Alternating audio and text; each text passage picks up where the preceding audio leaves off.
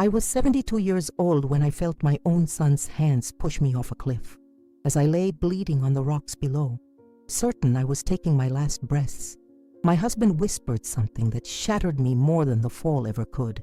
He told me the boy who just tried to kill us wasn't our son at all, that 40 years ago, in the chaos of a hospital night, our real child was taken from us and we were given someone else's baby to raise. But that was only the beginning of the nightmare, because as I fought to survive and uncover the truth, I discovered that this wasn't about a DNA mix-up or an identity crisis. This was about greed, betrayal, and a conspiracy that had been carefully built over decades. The son I raised didn't just want me dead because of who he wasn't. He wanted me dead because of what I knew, what I could expose, and what I stood in the way of. And the worst part? I had loved him with everything I had, never suspecting that the greatest danger in my life was sleeping under my own roof. What I'm about to tell you is the story of how I died and came back to life, how I lost everything I thought was true and found a strength I never knew I had. It's a story about the lies families hide, the prices people pay for silence, and what happens when a mother discovers that the child she raised has become a monster. If you want to know how far someone will go for money, how deep betrayal can cut, and how a 72-year-old woman fought back from the edge of death to expose the truth, then stay with me. Subscribe to this channel, leave a like, and comment where you're watching from, because this story will change the way you think about family forever. I was 72 years old when I discovered that death doesn't scare you nearly as much as the truth hidden inside your own family. That cold, late afternoon in Idaho, the wind cut through my skin like a blade, and the scent of pine from the mountain filled my tired lungs. I walked slowly, leaning on my husband's arm, while my son and daughter-in-law followed close behind us. I thought it was just a walk, a simple family outing to enjoy the fall colors before winter set in. But in one instant, one terrible, unthinkable instant, I felt strong hands on my back, and my body was thrown into the void. The fall seemed eternal. The world spun around me, sky and earth trading places in a nauseating blur, while my mind struggled to comprehend what was happening. Was I dreaming? Had I stumbled? No. Those hands. I had felt them, deliberate, forceful, pushing. My body tumbled through the air, branches scratching my face, my arms flailing uselessly as gravity pulled me down, down, down toward the rocks below. Time stretched like taffy, each second an eternity of terror. I remember thinking about my grandmother's apple pie recipe, oddly enough, about the yellow curtains I'd hung in the kitchen last spring, about how I'd never finished that quilt I'd been working on for 3 years. Then came the impact. My body slammed against the rocks with a sickening crunch that I felt more than heard. Pain exploded through every nerve ending, white hot and all-consuming. I tasted copper, blood filling my mouth. My vision blurred, dark spots dancing across what little I could see of the darkening sky above. I tried to breathe, but each inhale felt like knives stabbing my ribs. Was this it? Was this how it ended? 72 years of life, of memories, of love and heartbreak and ordinary Tuesday mornings, all ending on a pile of cold stones in the Idaho wilderness? The silence that followed was broken only by the whisper of my husband beside me, Thomas, my Thomas of 47 years. He was there too, his body crumpled just a few feet away, blood trickling down his temple. "Don't move," he breathed, his voice barely audible over the rushing wind above us. "Pretend you're dead." His words cut through my fog of pain. Why? Why would he say that? But some instinct, some primal survival mechanism buried deep in my bones, made me obey.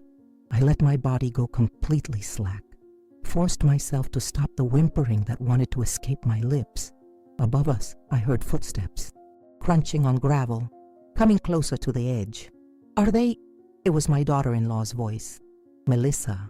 Sweet Melissa, who made pot roast every Sunday and always remembered to call on my birthday. They have to be. That was my son, my boy, my Jeremy.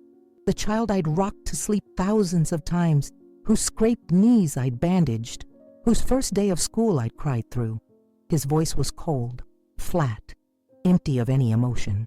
No one survives a fall like that. I wanted to scream, to demand answers, to understand why my own child, my baby, would do this to me. But Thomas's hand found mine in the darkness, squeezing with what little strength he had left, reminding me, stay still, stay quiet, stay alive. Their footsteps retreated. Car doors slammed in the distance. An engine started, then faded away down the mountain road. Only then did Thomas turn his bloodied face toward me. His blue eyes, those same eyes that had looked at me with love on our wedding day, with joy when Jeremy was born, with patience through every argument and hardship, now filled with a devastating truth. "That man who pushed us," he said, his voice breaking with pain and something else, something like grief mixed with guilt. "He's not our son. He never was." The words hit me harder than the rocks had, harder than the fall, harder than anything I'd ever experienced in 7 decades of living. My mind rejected them immediately. Impossible. Insane. Jeremy was ours. I'd carried him for 9 months. I'd felt him kick inside me. I'd pushed him into this world at Sacred Heart Hospital in Boise on a sweltering August night in 1981. I had stretch marks and a C-section scar to prove it. But Thomas's face told me he wasn't delirious. He wasn't confused from the fall. This was something he'd known, something he'd carried. What are you saying?" I managed to choke out, tasting blood with every word. "The hospital," he whispered, and I saw tears mixing with the blood on his cheeks. "There was a mistake, a terrible mistake. The baby they gave us that night wasn't ours." The cold of the mountain no longer touched me.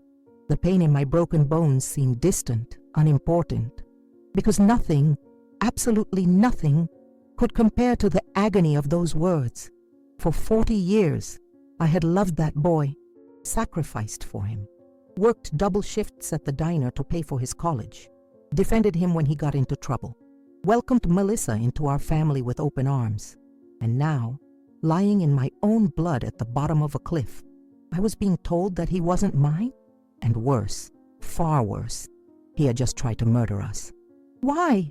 The question came out as barely a whisper. "Why didn't you tell me?" But Thomas's eyes were closing, his grip on my hand loosening, and I realized with horror that I might be about to lose him before I ever got my answers. The darkness was creeping in at the edges of my vision too, my body finally surrendering to the trauma. My last conscious thought wasn't about the fall or the betrayal, or even the impossible revelation about my son. It was a simple, heartbreaking question that I knew would haunt me if I survived this night. If the man who just pushed me off a cliff isn't my son, then where is he? Where is my real child? And why did no one ever tell me the truth? The echo of the fall wasn't nothing compared to the echo of those words. They would ring in my ears forever, louder than any scream, more permanent than any scar. Because I had just learned that you can survive being thrown off a mountain. But I wasn't sure anyone could survive the truth that was waiting at the bottom. I don't know how long we lay there in the darkness, 2 broken bodies bleeding among the rocks and scattered pine needles. Time lost all meaning. The stars above us blurred and sharpened as I drifted in and out of consciousness. Every breath felt like swallowing glass.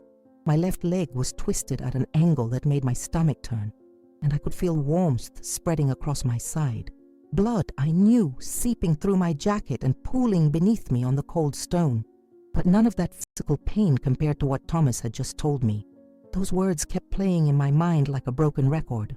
The baby they gave us wasn't ours. How could that be?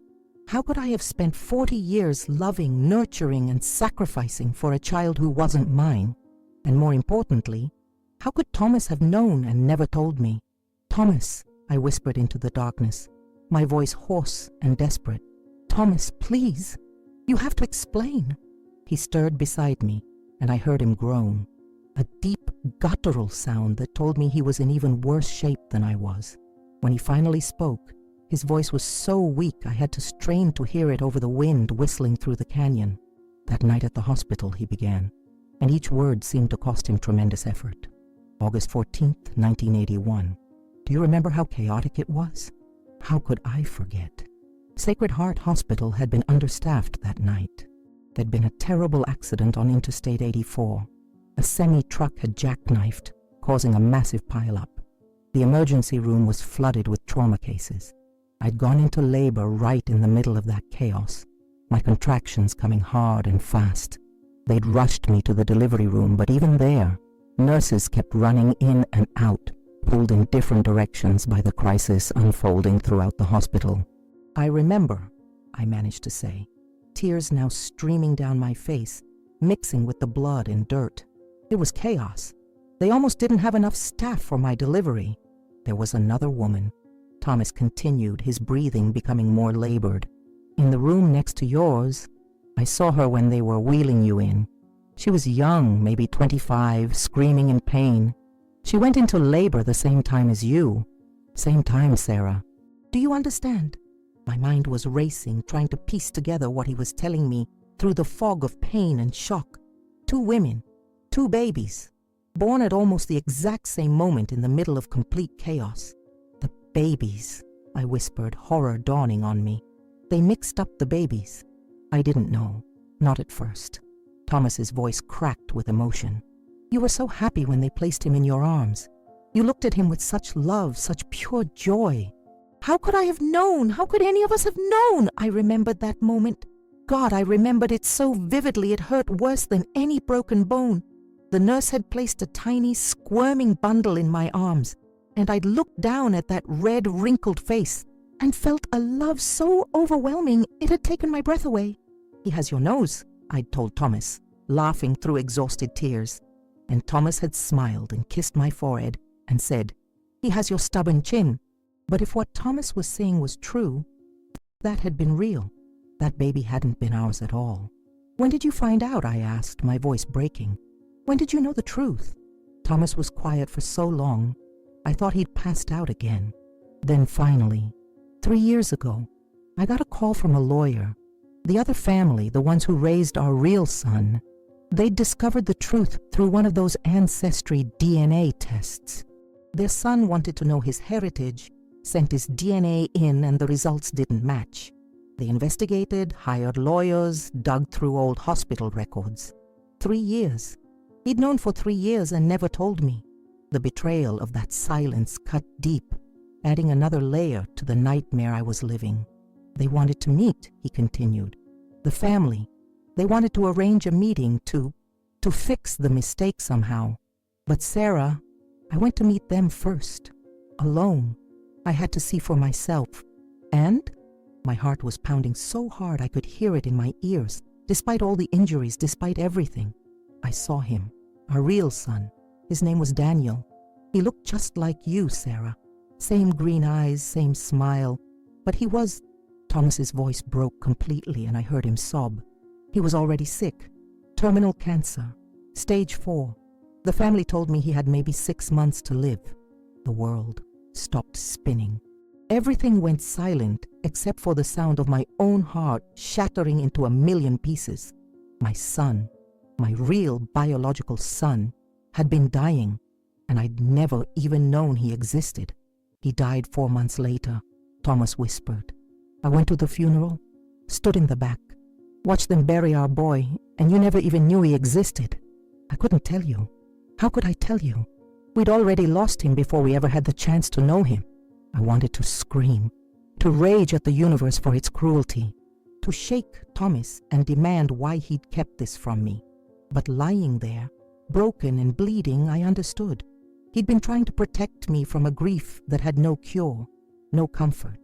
He'd been trying to spare me the agony of knowing that somewhere out there, our real child had been living and dying without us. And Jeremy, I asked, though I wasn't sure I wanted to know the answer. The boy we raised. Did he know? The lawyer contacted him too, 6 months ago. Told him everything. That's when he changed. You noticed it, didn't you? How cold he became. How distant. I had noticed. The son who used to call every Sunday had stopped calling. The daughter-in-law who'd been warm and loving had become icy. The invitations to dinner had dried up. And when we did see them, Jeremy looked at me with something like hatred in his eyes. I thought it was stress from his job, normal family tension. I'd never imagined this.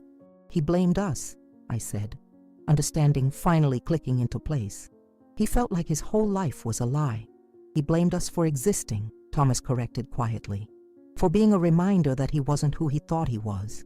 And then, I think he and Melissa decided we were better off gone, out of the picture, so they could pretend none of this ever happened. The cruelty of it took my breath away. We hadn't asked for any of this.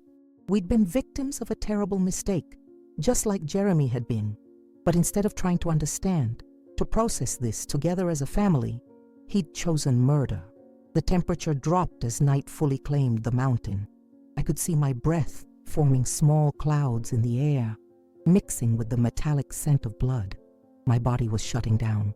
I could feel it, that terrible heaviness creeping through my limbs, the way warmth seemed to be draining from my core. This was how people died on mountains, I thought. Not from the fall itself, but from the cold that came after, from giving up. But I wasn't ready to give up, not yet. Thomas, I said, forced strength into my voice that I didn't feel. We have to move. We can't stay here. He didn't respond at first, and panic seized my chest. I reached out with my good arm, ignoring the screaming pain in my shoulder, and touched his face. His skin was cold, too cold, but I felt his breath against my palm. Shallow, but there. Thomas, I said more urgently, patting his cheek. Stay with me, please, stay with me. His eyes fluttered open, unfocused and glassy. Sarah, he mumbled. I'm sorry, I'm so sorry. No, I said firmly, though tears were streaming down my face. No apologies, not now. We need to survive this, do you hear me? We need to live. With every ounce of strength I had left, I began to drag myself toward him. My left leg was useless, dragging behind me like dead weight. Each movement sent fresh waves of agony through my body, but I gritted my teeth and kept going. 6 inches, then another 6. The distance between us was maybe 4 feet, but it felt like miles. When I finally reached him, I saw how bad it really was. His left side was soaked with blood, and there was a gash on his head that looked deep.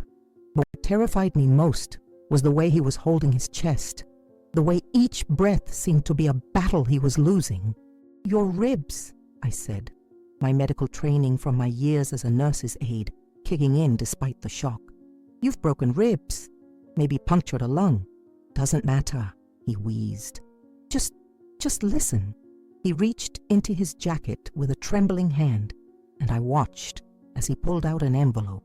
It was crumpled and stained with blood, but intact. The envelope was thick, stuffed with papers that had clearly been handled many times. On the front, in Thomas's careful handwriting, were the words, "For Sarah, when the time is right." Take it, he said, pressing it into my hands. Everything's in here. The hospital records I managed to get, the lawyer's contact information, photos of Daniel, our son, his obituary, everything you need to know. My hands shook as I held the envelope. Part of me wanted to tear it open right there, to devour every piece of information about the son I'd never known. But another part of me was terrified. Once I opened it, once I saw his face and read his story, the loss would become real in a way I couldn't take back. If something happens to me, Thomas continued, each word an obvious struggle. You have to promise me something. Nothing's going to happen, I insisted. But even I could hear how hollow the words sounded. Promise me, he pressed, gripping my hand with surprising strength. Promise me you won't go back to that house. Not to Jeremy. Not to Melissa. They think we're dead, and that's how it needs to stay. At least until you figure out what to do. The weight of what he was asking settled over me. He wanted me to disappear. To let my son, the boy I'd raised, biological or not, believe he'd successfully murdered his parents. The thought made me sick. But as I looked at Thomas's battered face, at the blood pooling beneath us, at the darkness of the mountain that had nearly become our grave, I understood. If Jeremy and Melissa knew we'd survived, they'd try again. And next time, we might not be so lucky. I promise, I whispered. Thomas nodded, seeming to relax slightly. Then he pointed to something behind me. There, that rock formation. Looks like an overhang. We can shelter there tonight. Wait until morning." I turned to look and saw what he meant. About 20 feet away, there was a natural alcove formed by two large boulders leaning against each other. It would protect us from the wind at least, maybe help us retain some body heat. But 20 feet might as well have been 20 miles given our condition. "I can't carry you," I said, my voice breaking. "Thomas, I can't." "I'll crawl," he said with a grim determination that reminded me why I'd fallen in love with him 47 years ago. "We'll both crawl." And so we did. Inch by agonizing inch, we dragged our broken bodies across the rocky ground. I used my right arm and my good leg to pull myself forward, biting down on my lips so hard I tasted fresh blood to keep from screaming. Thomas moved even slower, leaving a trail of blood behind him that looked black in the moonlight.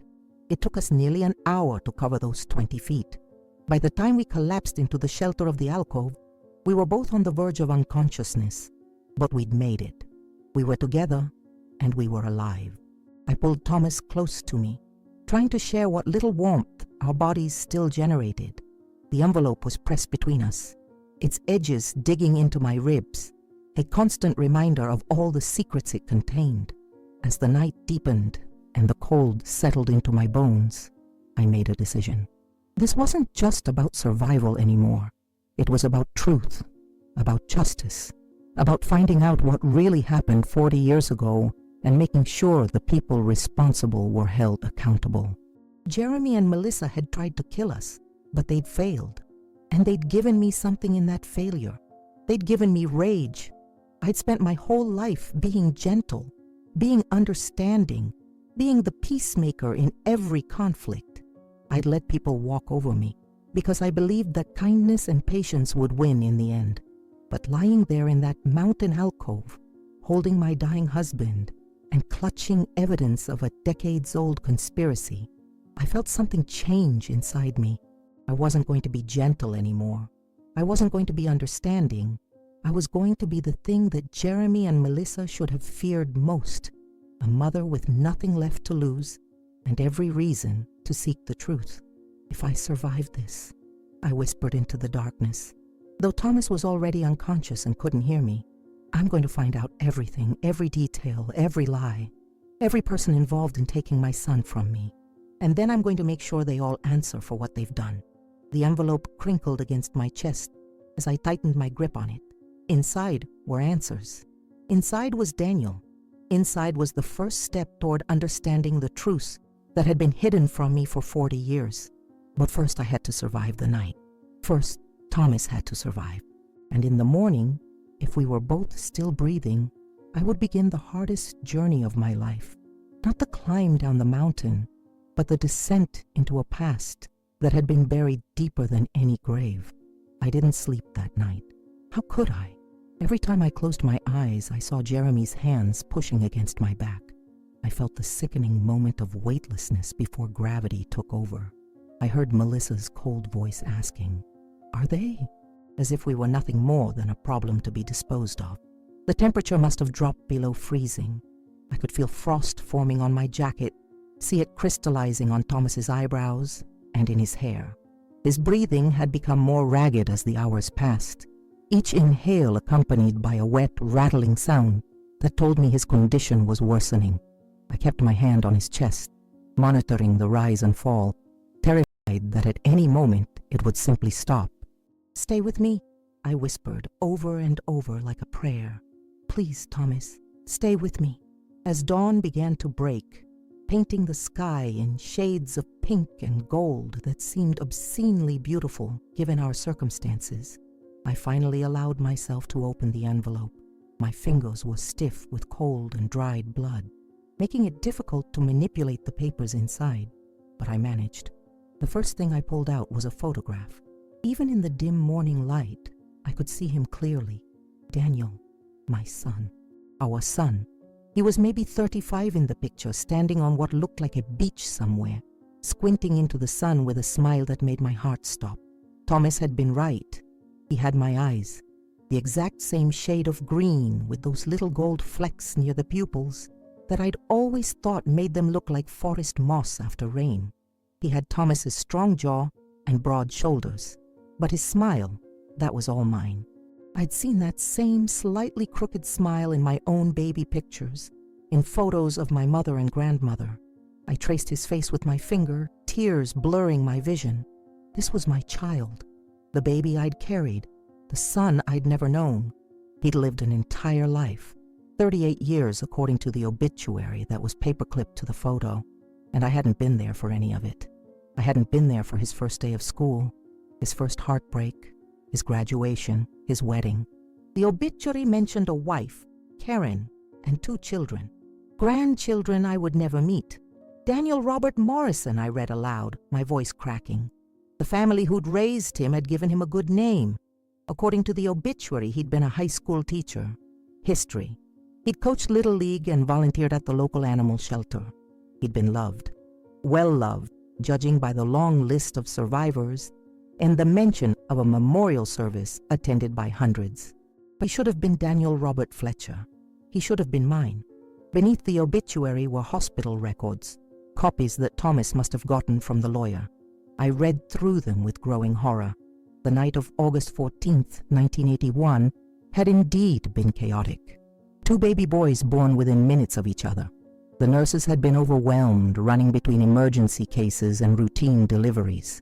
In the confusion, the identification bracelets had been placed on the wrong infants. By the time anyone realized, if anyone ever did realize, the babies had already been handed to their mothers, and the mistake became permanent.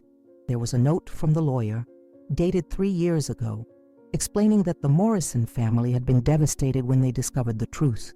They'd wanted to reach out to us, to meet, to somehow navigate this impossible situation together. But Thomas had asked them to wait. He'd wanted to find the right time to tell me, except there was never going to be a right time for news like this. I thought about all the moments with Jeremy, the boy I'd raised, the son who'd just tried to kill me. I remembered the Christmas mornings, the soccer games, the parent-teacher conferences. I remembered sitting up with him all night when he had the flu, holding his hand through his first breakup, crying at his wedding. Had any of that been real? Could love built on a lie ever be genuine? The worst part was remembering the moments when I'd sensed something was off. There'd been times over the years when I'd look at Jeremy and feel a strange disconnect, like I was looking at a stranger wearing my son's face. I'd chalked it up to the normal evolution of a parent-child relationship, the way children grow into people their parents don't always fully recognize. But maybe some part of me had always known. Maybe some primal biological instinct had been trying to tell me the truth all along. And then there was the fight with my sister-in-law, Catherine. It had been maybe 15 years ago at a family barbecue. We'd both had too much wine, and she'd made some comment about hospital mix-ups and how you could never really trust that you got the right baby. At the time, I'd thought she was just being Catherine, dramatic and paranoid. We'd argued. I'd told her she was being ridiculous, and we hadn't spoken for almost 2 years afterward. Had she known something? Had there been rumors even back then? Thomas stirred beside me, and I quickly tucked the papers back into the envelope. His eyes opened slowly, struggling to focus. "Sarah," he breathed, "you're still here. Where else would I be?" I tried to smile, but my face felt frozen. "I dreamed you were gone," he said. "I dreamed you walked away and left me here." "Never," I promised, squeezing his hand. "We're in this together. Always have been." He attempted to shift his position and immediately gasped in pain. Fresh blood seeped through his jacket, and I realized we were running out of time. If we didn't get help soon, Thomas wasn't going to make it. But how could we get help without revealing ourselves to Jeremy and Melissa? The moment we surfaced, they'd know we'd survived. They'd come to finish what they'd started. "We need a plan," I said, forcing myself to think practically despite the exhaustion and pain. "We can't just stumble into town looking like this. We need someone we can trust." Thomas's face contorted with effort as he tried to think. "Your friend," he finally said. "Margaret, from the library. She never liked Jeremy much, remember? Always said something seemed off about him. Margaret Chen had been my closest friend for 20 years. We'd met when I'd started volunteering at the Boise Public Library after I retired, and we'd bonded over our shared love of mystery novels and our mutual inability to keep houseplants alive. She was sharp, discreet, and had always been fiercely protective of me. More importantly, she lived alone in a house on the outskirts of town, away from prying eyes. "If we can get to Margaret," I said slowly, the plan forming as I spoke, "she can help us. She won't ask questions we don't want to answer, and she'll keep our secret." "How do we get down?" Thomas asked, and we both looked at the steep terrain surrounding us. The descent was going to be brutal. In our condition, it might take all day. But as the sun climbed higher, and I felt its weak warmth on my face, I knew we had no choice. We had to try. I helped Thomas to his feet, or rather I tried to. It took 3 attempts, and by the end, we were both crying from the pain. But finally, we stood together, leaning heavily on each other, 2 broken people preparing to climb down from the mountain that had almost been our grave. The descent took 7 hours. 7 hours of pure agony that I wouldn't wish on my worst enemy, though I supposed Jeremy and Melissa had already earned that distinction. Every step was a negotiation with gravity and pain. Thomas and I moved like broken marionettes, our strings cut, our movements jerky and uncoordinated. We had to stop every 20 minutes because Thomas would start coughing blood. Dark, thick blood that splattered on the rocks and needles, leaving a trail that terrified me. I knew what it meant. His lung was filling up. Each minute we stayed on that mountain was a minute closer to losing him forever. By the time we reached the bottom, stumbling onto a narrow service road used by park rangers, the sun was beginning its descent. My clothes were torn beyond recognition, caked with dried blood and dirt. Thomas looked even worse. His face had taken on a grayish pallor that made him look already dead. But we'd made it. We were off the mountain. The service road led us to a small ranger station that appeared abandoned for the season.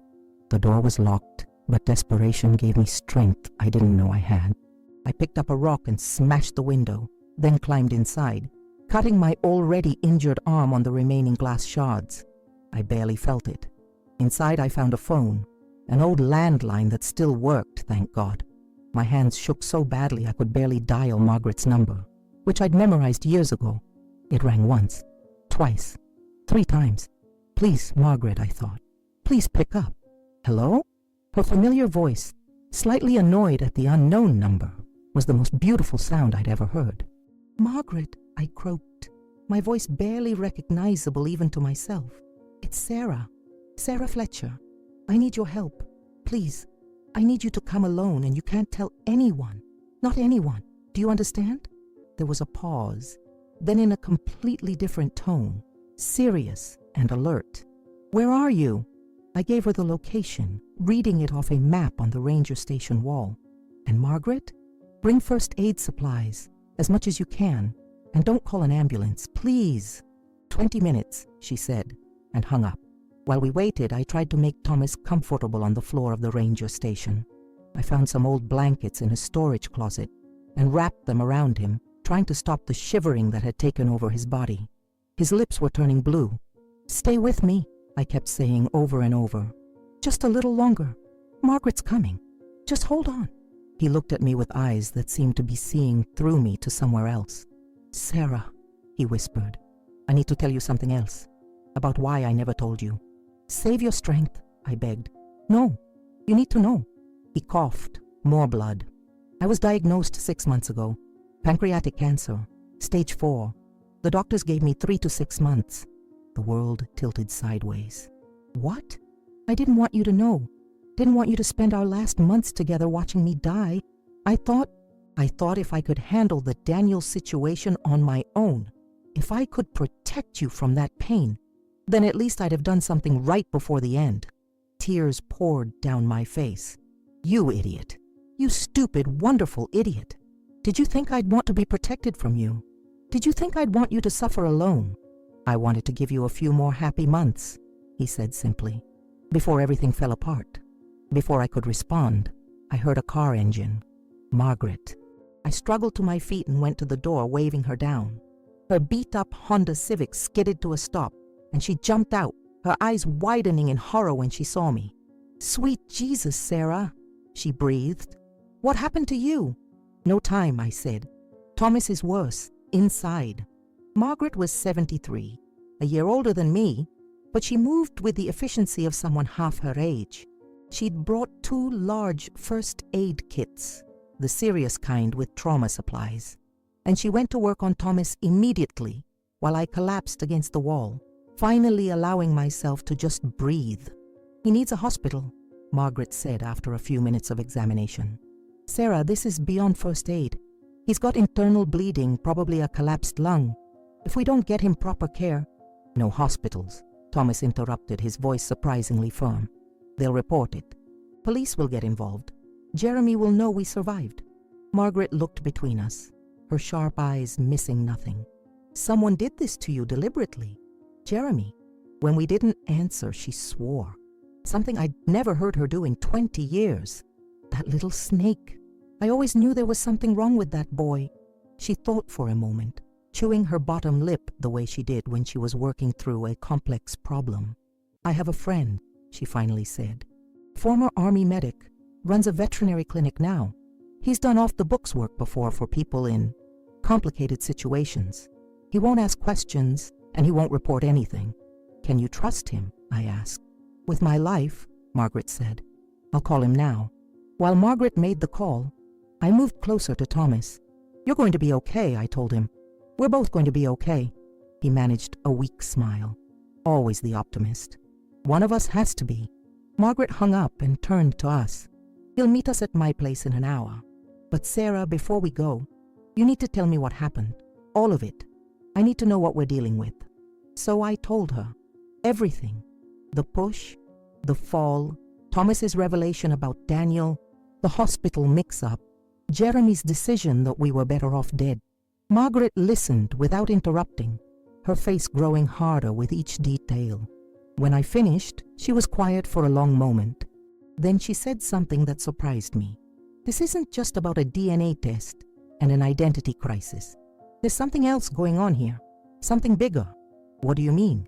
"Think about it," Margaret said, her librarian's mind already organizing information. "Jeremy finds out about the mix-up 6 months ago. That's traumatic, yes. But murder? That's extreme. That's desperate. People don't kill their parents, biology or not, unless there's something they're trying to hide or protect." I thought about Jeremy over the past 6 months. The distance, yes, but also the new house they'd bought, far too expensive for his salary. The sudden business trips Melissa had started taking. The way they'd both become evasive when I'd ask simple questions about their lives. "You think they're hiding something else?" I said slowly.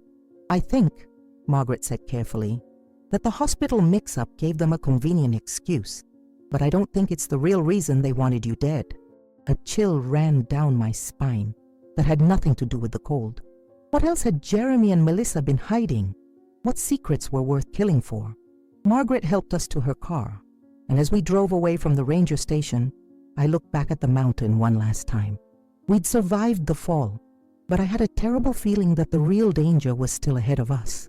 Because if Margaret was right, if there was something bigger at play, then Jeremy and Melissa wouldn't stop just because they thought we were dead. They'd keep doing whatever they'd been doing, and eventually, they'd discover we'd survived. And when they did, they'd come for us again. Margaret's friend, Dr. Robert Kimball, arrived at her house exactly when he said he would.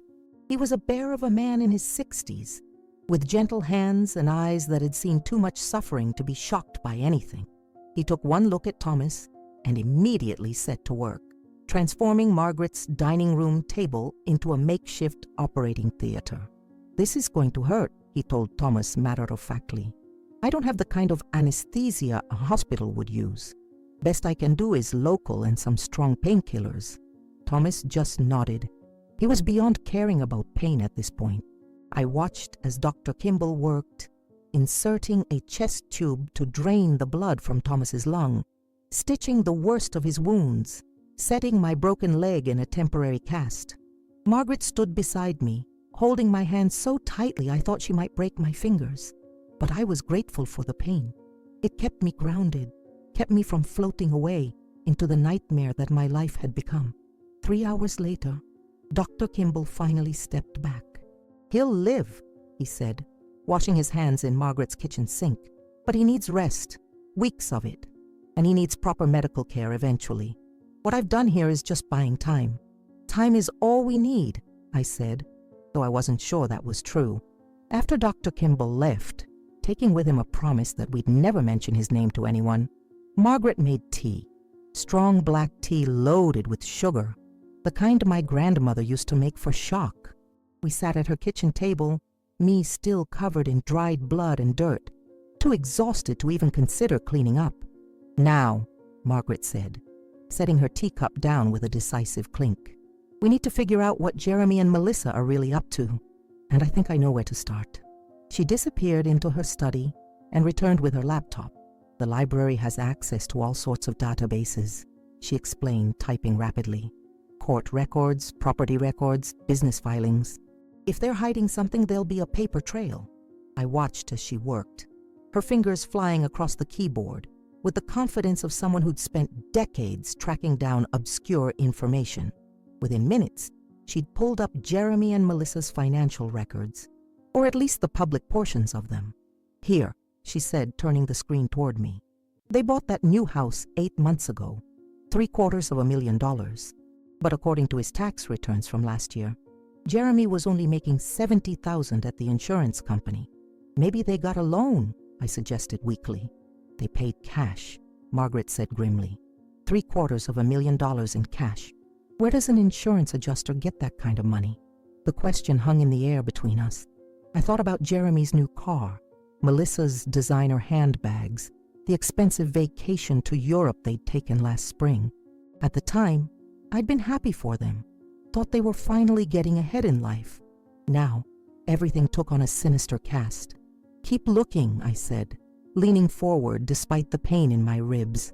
Margaret dug deeper, and what she found made my blood run cold. 6 months ago, right around the time the lawyer had contacted Jeremy about the DNA mix-up, Melissa had opened a new business, a consulting firm called Morrison & Associates. Morrison! Daniel's last name, the family who'd raised my biological son. "That can't be a coincidence," I whispered. Margaret kept digging, her expression growing darker. "Sarah," she said slowly, "did you know that Daniel's family, the Morrisons, were wealthy, like really wealthy?" I shook my head. The obituary hadn't mentioned anything about money. Daniel's father owned a chain of automobile dealerships across Idaho and Montana. He died 2 years ago, left everything to his wife and son. But when Daniel died a year later, she clicked through several more pages. The estate went into probate, complex probate, because Daniel's wife had died 6 months before him in a car accident, and his kids were minors. My hands started shaking. "How much money are we talking about?" $15 million, Margaret said quietly. "Give or take. And it was supposed to be held in trust for Daniel's children until they turned 18. But someone filed a legal challenge to the estate 6 months ago, claiming—" She stopped, her eyes widening as she read. "Oh my God! What?" "They claimed that Daniel wasn't the biological son of the Morrison family. Therefore, the children weren't legitimate heirs to the Morrison fortune. The person filing the challenge argued that as Daniel's biological family, they had a stronger claim to the inheritance." The room started spinning. "Jeremy and Melissa!" I breathed. "They're trying to steal Daniel's children's inheritance," Margaret nodded grimly. "And if they could prove they were Daniel's biological family, which the DNA test would do, they'd have a case. A weak case. Probably wouldn't hold up in court, but enough to tie up the estate in legal battles for years. Enough to negotiate a settlement." "But we're his biological family too," I said, my mind racing. "If anyone had a claim, it would be us, his actual parents." "Exactly," Margaret said, "which is why they needed you dead. As long as you and Thomas were alive, you could contest their claim. You could tell the court that you never authorized them to act on your behalf, that you didn't even know about the mix-up until recently. You'd ruin everything." I felt sick.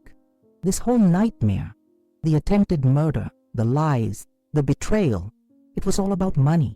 Not about identity or family trauma or the pain of discovering you weren't who you thought you were. It was about $15 million and two people so consumed by greed that they were willing to kill for it. "There's more," Margaret said, still scrolling. "Look at this. Melissa made 3 trips to Missoula, Montana in the past 4 months. That's where the Morrisons lived, where Daniel's children are living with their aunt and uncle now. She was researching them," I said, understanding dawning, learning everything she could about the family, the estate, looking for weaknesses in their claim, and building her own case, Margaret agreed. "I'm willing to bet if we looked at her consulting firm's records, we'd find she's been paying lawyers, investigators, maybe even bribing people for information." I thought about Daniel's children, my grandchildren, though they'd never know it. They'd already lost both parents. Now they were at risk of losing their inheritance too, their future security, because of the greed of 2 people who should have been protecting family, not destroying it. "We have to stop them," I said, my voice hard. "We have to protect those children." "First," Margaret said carefully, "we need to get you and Thomas safe, and then we need evidence, real, solid evidence that will hold up in court, because right now, all we have is speculation and circumstantial connections." She was right, of course, but even as she said it, I felt something shift inside me. For 40 years, I'd been a passive participant in my own life. I'd let Thomas make the big decisions, let Jeremy walk all over me, let people take advantage of my kindness because I was afraid of conflict. But lying in that hospital bed, fighting for every breath, I'd made a choice. I'd chosen to survive, and now I was choosing to fight. "The hospital," I said suddenly, "the original hospital where the mix-up happened. There have to be records. Maybe even witnesses who still work there. Nurses, administrators, someone who remembers that night." Margaret's eyes lit up. "Sacred Heart Hospital. It's still operating, and hospital records are kept for decades." "Then that's where we start," I said. "We find out exactly what happened in 1981. We document everything. And then we go to the authorities with proof not just of the attempted murder, but of the fraud Jeremy and Melissa are trying to commit. It's going to take time," Margaret warned, "and it's going to be dangerous. If they find out you're alive and investigating—" "I know," I interrupted, "but what choice do we have? We can't hide forever, and those children deserve better than to be victimized by the same people who murdered their grandmother." Margaret squeezed my hand. "Then we do this smart. We do this careful, and we make sure that when we finally reveal you're alive, we have enough evidence to put both of them away for a very long time." It took Thomas 3 days before he was strong enough to sit up without coughing blood. 3 days during which I barely slept, watching him breathe, terrified that each breath might be his last. Margaret had converted her guest room into a recovery ward, and Dr. Kimball stopped by twice a day to check on him, always arriving after dark, always parking 2 blocks away. On the 4th day, while Thomas slept, Margaret and I made our way to Sacred Heart Hospital. I disguised myself as best I could. A wig Margaret had bought from a costume shop, oversized sunglasses, clothes that weren't my style. I looked like someone's eccentric aunt, which I supposed was the point. The medical records department was in the basement, a windowless maze of filing cabinets and the sharp smell of old paper. The woman behind the desk was young, maybe 30, with kind eyes and a name tag that read Bethany. "I'm trying to locate records from 1981, I told her, keeping my voice steady. "August 14th. There was a birth that night, and I need to verify some information for a legal matter." Bethany's smile faltered slightly. "That's over 40 years ago. Those records would be in deep storage. It might take a few days to retrieve them." "I can wait," I said. "It's important." She typed something into her computer, then frowned. "That's odd. There's a flag on the records from that date. Multiple flags, actually." My heart started racing. "What kind of flags?"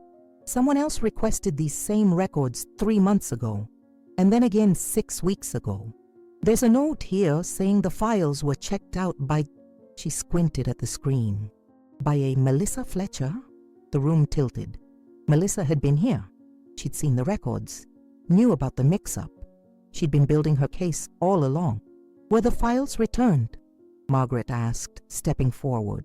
Bethany clicked through several screens. Yes, but there's another note. Some pages were damaged. Water damage, it says. They had to be re-scanned and the originals destroyed. How convenient, Margaret muttered under her breath. I gripped the edge of the desk. Is there anyone who worked here in 1981 who might remember that night? Any nurses or doctors who are still employed here? Bethany thought for a moment. There's one person, Dolores Martinez. She's been here forever, works in pediatrics now, but I don't know if she'd remember. Could we speak with her? I interrupted. Please. It's really important. Bethany hesitated, then picked up her phone. Let me see if she's on shift.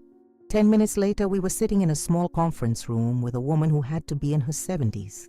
Dolores Martinez had silver hair pulled back in a neat bun and hands that trembled slightly as she poured herself coffee from a pot that looked like it had been brewing since the Reagan administration.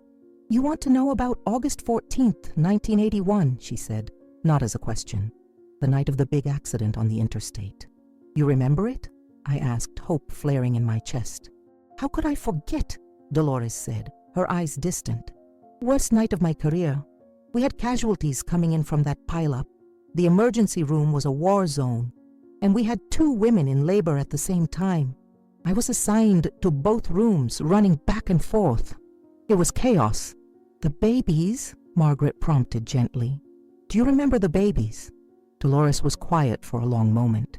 When she spoke, her voice was barely above a whisper. I've carried that guilt for 40 years. I knew something was wrong that night, but I couldn't prove it. No one would listen to me. My breath caught. What do you mean? The identification bracelets, she said. I put them on both babies myself. I was careful, even in the chaos. I remember because one mother had asked for a specific prayer to be included on the bracelet, and I made sure to write it down correctly. But when I came back after dealing with an emergency patient, the bracelets had been switched. The room went silent, except for the hum of the fluorescent lights overhead. Switched? I whispered. By who? I don't know, Dolores said, and I could hear decades of frustration in her voice. When I pointed it out to the head nurse, she said I was mistaken, that I was exhausted and seeing things. She said the babies were fine, the bracelets were correct, and if I kept insisting otherwise, she'd write me up for causing unnecessary panic during a crisis. So you stayed quiet, Margaret said. I was 23 years old, Dolores said, tears now streaming down her face. I was terrified of losing my job. I told myself maybe I'd been mistaken, maybe I'd mixed them up myself in all the confusion, but I never forgot. And when that woman came in 3 months ago asking questions, wanting to see the records, I knew my instincts had been right all along. Melissa Fletcher, I said. She was here. Dolores nodded. She asked very specific questions. Wanted to know if there had been any reports of irregularities that night, any incidents logged. I told her I didn't remember. I lied. She looked at me directly, because something about her felt wrong. The way she asked questions, it wasn't about finding truth. It was about finding ammunition. Did you tell anyone else? Margaret asked. I tried, Dolores said. After she left, I went to administration, told them we might have a legal problem brewing, but the records had already been damaged by then. Water leak, they said, and without the original documents, it was just my word against the official records. The water damage wasn't an accident, I said, certainty settling over me like a heavy blanket. Melissa destroyed the evidence. But you're a witness, Margaret pointed out to Dolores. You saw the bracelets were switched. I can testify to what I saw, Dolores agreed. But it won't be enough on its own, not after all these years, not without corroborating evidence. I pulled out the photograph of Daniel from my purse, the one from Thomas's envelope. Do you remember what the babies looked like? Dolores took the photo, her hands shaking. She stared at it for a long time. My God, she finally whispered. I remember this face, not as a baby, but there was a young man, maybe 15 years ago. He came in with his wife. She was having a baby. They were in the waiting room and I saw him and something just clicked. I knew I'd seen that face before, but I couldn't place it. Now I understand. He looked like one of the mothers from that night, the one in room 212. That was me, I said quietly. I was in room 212. That was my son, my biological son. Dolores closed her eyes. I'm so sorry. I should have fought harder. I should have insisted they investigate. It's not your fault, I told her, though part of me wanted to scream at her for staying silent all these years. The person responsible is the one who switched those bracelets in the first place. But who would do that? Margaret asked. And why? It was the question that had been haunting me. Hospital mix-ups happened, tragic accidents caused by exhaustion and chaos. But deliberate switching, that required motive, that required intent. There were other people in the hospital that night, Dolores said slowly. Family members of the accident victims. Some of them were angry, grieving, looking for someone to blame. And there were the fathers, of course. Both of them were there, in and out of the rooms. Thomas was there, I said. And Daniel's father. What was his name? Dolores checked an old logbook she'd brought with her. Robert Morrison. He was there with his wife Diane in room 214. Did they interact? Margaret pressed. The two fathers? Not that I saw, Dolores said. But I wasn't watching them every minute. There could have been contact I didn't witness. I thought about Robert Morrison, the man who'd raised my son. According to the obituary, he'd been a successful businessman, wealthy and well-connected. Had he known about the switch? Had he somehow orchestrated it? But why? What possible reason could he have had? Unless a terrible thought occurred to me. Dolores, were there any complications with either birth? Any health concerns with either baby? She flipped through her notes. The baby in 214, the one who went home with the Morrison family, had some minor respiratory issues at birth. Nothing serious, but they kept him in the NICU for observation for a few hours. The other baby was perfectly healthy. So the Morrisons took home the healthy baby, Margaret said slowly. And you took home the one with health issues. But he was fine, I protested. Jeremy never had any serious health problems. Except as I said it, I remembered. The first year had been hard. Jeremy, or whoever he was, had suffered from repeated respiratory infections. We'd spent countless nights in emergency rooms, worrying, praying. By his second birthday, he'd outgrown it, but those first months had been terrifying.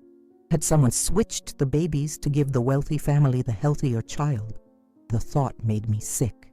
2 months have passed since that terrible day on the mountain. 2 months since I learned that my entire life had been built on a lie, and that the people I'd trusted most in the world had tried to murder me for money. Thomas is still with me, though Dr. Kimball says it's a miracle. The cancer is winning its war against his body, slowly but inevitably. We both know he doesn't have much time left. But every morning when I wake up and see him breathing beside me, I'm grateful for one more day, one more chance to sit together and talk about the life we had, the son we lost, and the future we'll never see. We stayed hidden for 6 weeks while Margaret and I gathered evidence. Dolores Martinez became our unlikely ally, finally finding the courage to tell the truth she'd buried for 40 years. She testified in a deposition about the switched bracelets, about her suspicions that were dismissed, about Melissa's suspicious visit to the hospital. We hired a private investigator, a retired FBI agent Margaret knew, who uncovered the full extent of Jeremy and Melissa's fraud. They'd filed legal documents claiming to be Daniel's biological family, seeking their rightful inheritance. They'd forged signatures, fabricated documents, and even attempted to bribe Daniel's children's guardians to settle out of court. The evidence was damning, irrefutable. And when we finally turned it over to the police, along with our testimony about the attempted murder, the authorities moved quickly. I'll never forget the look on Jeremy's face when the police showed up at his door. Margaret had set up a camera across the street. I needed to see it. Needed that closure. He'd opened the door expecting a delivery, and instead found 2 detectives with handcuffs. For just a moment, I saw fear flash across his features. Real, genuine fear. Then it was replaced by rage. "This is ridiculous," he'd shouted, loud enough for the camera to pick up. "My parents are dead. They died in a hiking accident." But we weren't dead. And 3 hours later, when I walked into the police station to give my formal statement, the look of shock on his face was almost worth everything we'd been through. Almost. The trial lasted 3 weeks. Jeremy and Melissa both took the stand. Both tried to claim they'd been acting in everyone's best interest. Melissa cried, saying she'd only wanted to help Daniel's children by securing their inheritance through the rightful family line. Jeremy said the push had been an accident, that we'd slipped, that he'd tried to save us. But the evidence told a different story. The financial records, the forged documents, the destroyed hospital files. Dolores's testimony, even the phone records showing they'd called each other 17 times the day after they'd pushed us, coordinating their story. The jury deliberated for 4 hours, guilty on all counts. Attempted murder, fraud, conspiracy, evidence tampering. Jeremy got 25 years. Melissa got 20. They'll both be old by the time they get out, if they survive prison at all. Some people might say I should feel sorry for them, that Jeremy was still the boy I'd raised, biological or not. But I don't. I can't. They chose greed over family. They chose murder over honesty, and they have to live with those choices. As for me, I reached out to Daniel's children through their guardians. Emma is 16 now and Ryan is 13. I sent them a letter explaining everything, who I was, what had happened, that their father had been my son even though I'd never had the chance to know him. I didn't ask for anything. I didn't expect anything. I just wanted them to know that they had a grandmother who loved their father, even if she'd never met him. Emma wrote back. Her letter sits on my nightstand, and I read it every night before bed. She said she'd always felt like something was missing in her family's story, some piece that didn't quite fit. She said she'd like to meet me someday, when she's ready. She sent a picture of Daniel with her and Ryan, taken just months before he died. In it, he's laughing, his arms around his children, looking so much like my father it makes my heart ache. I have a grandson and granddaughter I'll probably never know well. They have their own family, their own guardians who loved them and have protected them through unimaginable loss. But knowing they exist, knowing that some part of Daniel lives on in them, gives me a peace I didn't know I needed. Thomas and I moved into a small cottage outside of Boise. Margaret visits twice a week, and Dr. Kimball stops by to check on Thomas's pain management. We spend our days sitting on the porch, watching the mountains in the distance, those same mountains that almost killed us but somehow saved us too. People ask me sometimes if I regret raising Jeremy, if I wish I'd known the truth from the beginning, and the honest answer is, I don't know. Those 40 years of loving him, caring for him, believing he was mine, were they wasted? Or were they just the life I was meant to live, with all its pain and confusion and ultimate betrayal? What I do know is this: blood doesn't make you family. Love does. Sacrifice does. Showing up every day does. I loved Jeremy with everything I had, and that love was real even if the biology wasn't. But love has to go both ways. And when he pushed me off that cliff, he broke a bond that no DNA test could ever prove or disprove. The hardest lesson I've learned in my 72 years is that you can do everything right and still end up with a broken family. You can love with your whole heart and still be betrayed. You can build a life on what you think is solid ground and discover it was quicksand all along. But you survive. You adapt. You find new ground to stand on. Thomas reached for my hand as I finished writing this, his grip weak but warm. No regrets? He asked me, like he does every morning. Only one, I told him honestly. I regret that we didn't get to know Daniel, that we didn't get those years with our real son. But we have each other, he said. We survived. That's not nothing. He's right. In a world where everything I thought I knew turned out to be a lie, the one truth that remains is this: we survived. Together. The doctors say Thomas has maybe 2 weeks left. The cancer has spread everywhere and the pain is becoming unmanageable. But he's at peace. We both are. Because we know that whatever comes next, we faced it together. We didn't let the lies destroy us. We didn't let the betrayal win. And maybe that's the real lesson here. Not about blood or family or even justice, but about resilience, about choosing to stand up after being knocked down, about refusing to let other people's cruelty define your story. My name is Sarah Fletcher. I'm 72 years old. I raised a son who wasn't mine, lost a son I never knew, and survived a murder attempt by the family I thought I could trust. But I'm still here, still breathing, still finding reasons to watch the sunrise and smile at Margaret's terrible jokes and hold my husband's hand. And if you take nothing else from my story, take this. The worst thing in life isn't being hurt by the people you love. It's letting that hurt convince you that love itself was a mistake, because it wasn't. Even now, even after everything, I would choose love again, every single time. That's my truth, and no one can take it away from me. The end. So I ask you now, as you sit there, processing everything you've just heard, what would you have done? If you discovered that the child you raised for 40 years wasn't biologically yours, would you have told the truth immediately? Or would you have buried it like Thomas did, hoping to protect the ones you loved from unbearable pain? And if that same child tried to murder you for money, could you find it in your heart to forgive? Or would the betrayal be too deep to ever heal? These aren't easy questions, and there are no right answers. But they're questions worth asking because Sarah's story reminds us that family is both the source of our greatest love and our deepest wounds. It shows us that the people closest to us have the power to save us or destroy us, and sometimes we don't know which until it's too late. The truth is, we all carry secrets.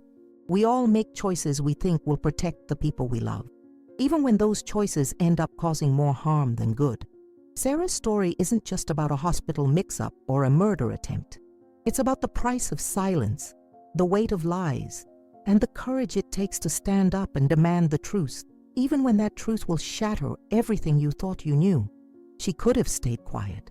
She could have died on that mountain and let Jeremy and Melissa get away with it all. But she chose to fight. She chose to survive. And in doing so, she showed us that it's never too late to reclaim your story, to demand justice, and to refuse to let other people's cruelty define who you are. If this story moved you, if it made you think, if it reminded you that resilience is stronger than betrayal, then please subscribe to this channel. Hit that like button and share this video with someone who needs to hear it. Comment below and tell me, would you have forgiven Jeremy, or would you have done exactly what Sarah did? Your thoughts matter, and I read every single comment. Thank you for listening to Sarah's story.